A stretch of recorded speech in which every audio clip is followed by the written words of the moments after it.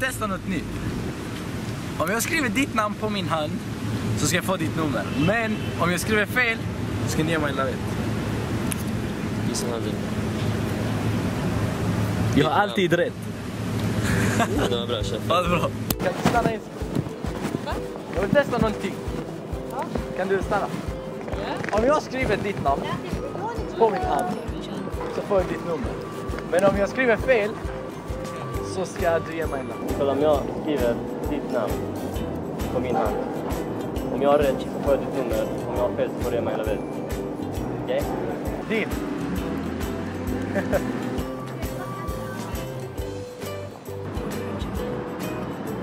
Okej.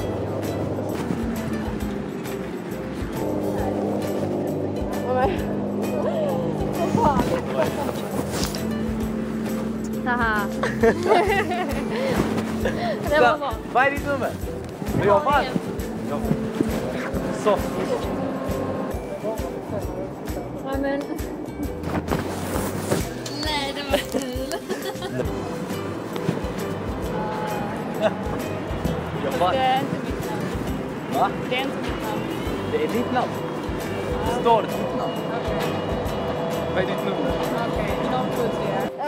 Nej, jag såg det innan. Vad har du sett? Att det står ditt namn. Okej.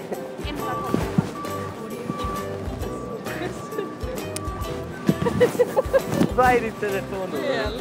Va? Nej, vad är ditt telefonnummer? Ja, men du kan skriva in. Hur gammal är du ens? Så spelar det någon roll? Vad har du för nummer? Ja. Där. Du måste säga mitt riktiga namn så fall. Malin.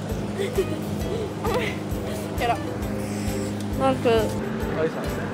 Det är jag. Det här var